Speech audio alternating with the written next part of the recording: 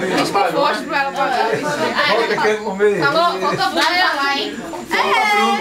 Posso falar? Te amo. Pode. Essa é uma palavra muito forte. Posso falar? Pode. Papada, né? Pode ficar aqui, pode ficar aqui. Bota quer falar. Bota quer falar. Vem, bora. Vai ter celular. Agora ela vai dar um pedaço daqui, ela gosta. Eita, né? Esse é o momento mais difícil da vida dela. Eita. A mulher, quando faz 18 anos, a idade dela agora começa a ficar escondida. De 1 até os 15, Até 19. ela revela. Quando vai chegando os 18, ela começa a esconder. Começa a dizer, eu pareço que tenho 15.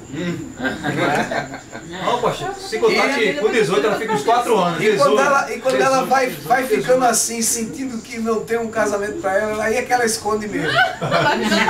Aí é que ela diz, Só que eu creio que esse não é o meu caso.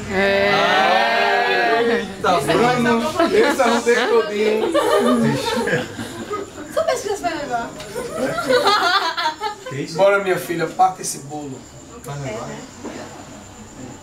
Vai ser, será que vai ser para o irmão dela? O irmão dela foi uma coisa muito desejada por ela. Quando ela era criança, ela olhava assim e dizia, eu quero um irmãozinho.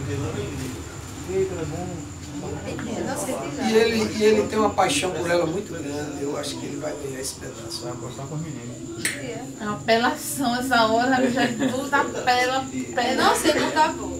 Tô vendo.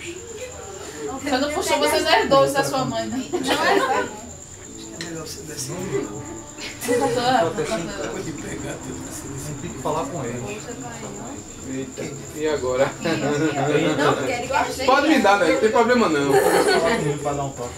Queria dedicar esse pedaço para meu pai e minha mãe, mas principalmente para ele representando a minha avó, e que ele trouxe muito aqui, mas Deus sabe todas as coisas.